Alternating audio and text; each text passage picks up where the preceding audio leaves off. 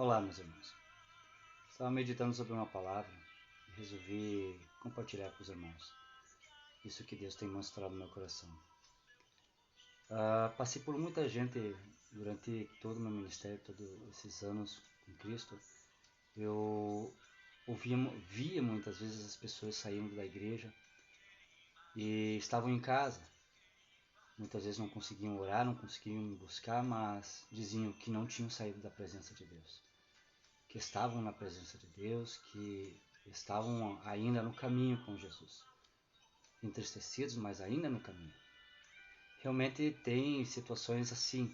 Só que quando a gente sai não da igreja, mas sai do propósito de Deus, a gente sai da presença de Deus como deveria estar. Tu vê isso lá no Velho Testamento que algumas situações acontecem, vamos dizer assim, na igreja, e as ovelhas, o povo, as pessoas saem como que num campo, à deriva, sem proteção, sem um pastor para que as guie, para alguém que as socorra ou cuide delas. E ficam à mercê de toda a espécie de perigo que tem no campo, entendeu? O que acontece? O que Deus estava ministrando? Eu estava me lembrando de uma época que eu tinha me afastado do Senhor. Logo depois que eu me batizei, segui o meu caminho, depois de 4 meses eu me desviei. E eu dizia para o meu cunhado que tentava me trazer para a igreja, me trazer para Jesus. Dizia para o meu cunhado, não, mas eu estou na presença de Deus, eu estou orando, eu estou buscando, né? Realmente quando a gente se afasta da igreja, a gente continua buscando, mas é como um candeeiro que vai vazando o óleo e o fogo vai se diminuindo. A gente não percebe o fogo diminuir, porque a gente não percebe o óleo vazando.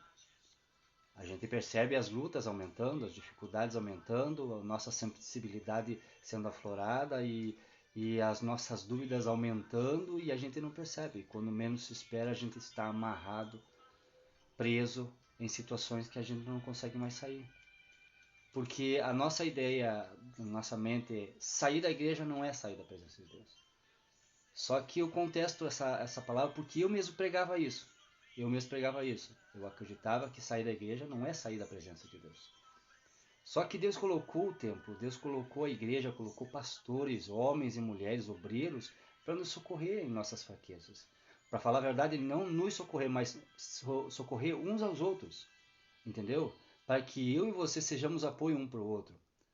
Sempre tem, não sei se tu lembra, mas sempre tem uma irmã, vamos dizer assim, uma irmã que tem uma ligação especial com a outra irmã da igreja, a irmã de oração. Então o que acontece? Quando a pessoa está buscando de Deus, quando a pessoa está orando a Deus, tudo bem, mas quando ela está na igreja, ela é fortalecida pelos testemunhos, pelos louvores, e até mesmo as provas lá de dentro é terrível, mas não se compara com a vitória que vem logo após. Entendeu? Então o que acontece? Deus ele tem as suas maneiras de trabalhar.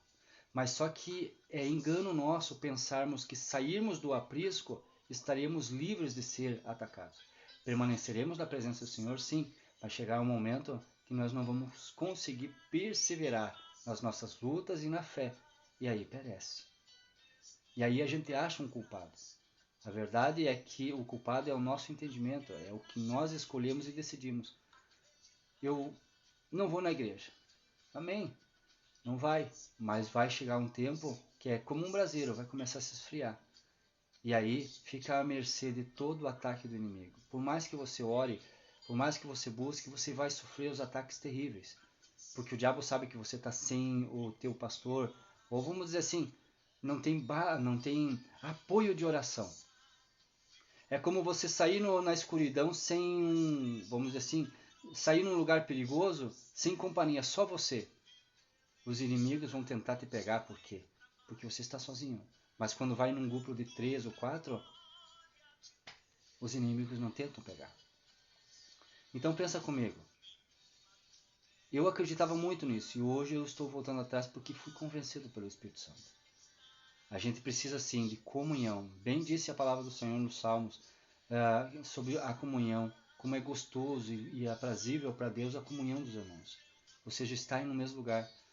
No livro de segunda Reis, se não me engano, Deus coloca sobre o objetivo de ter um templo.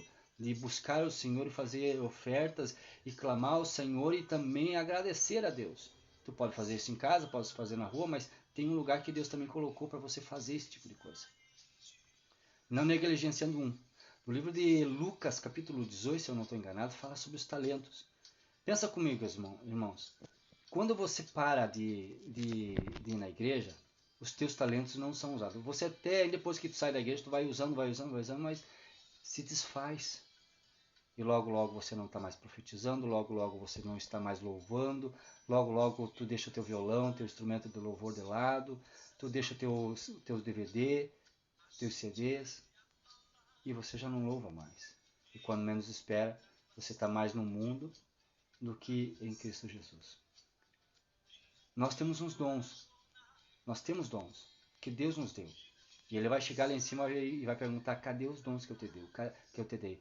Aonde está o fruto dos teus dons?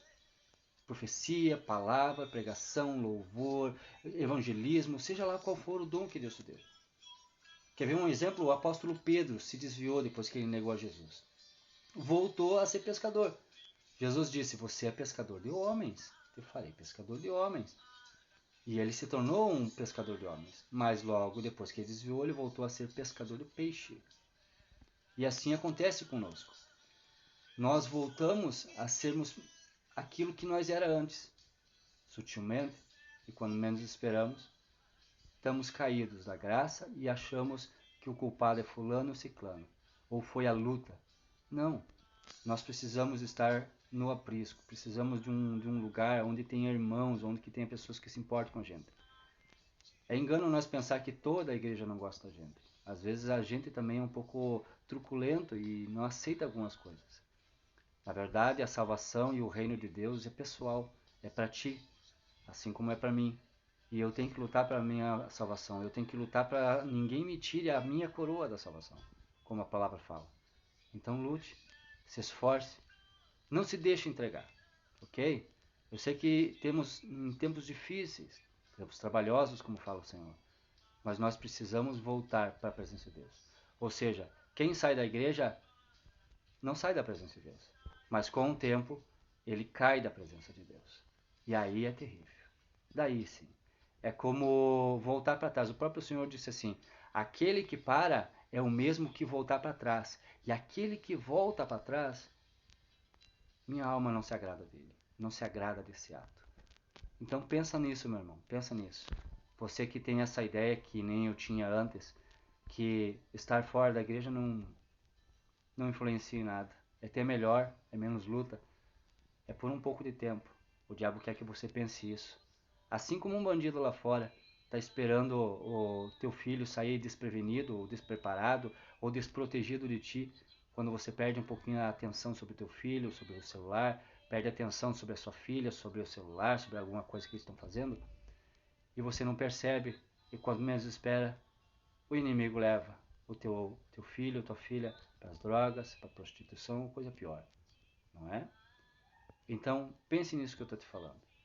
E o Senhor Deus te abençoe em nome de Jesus. Amém?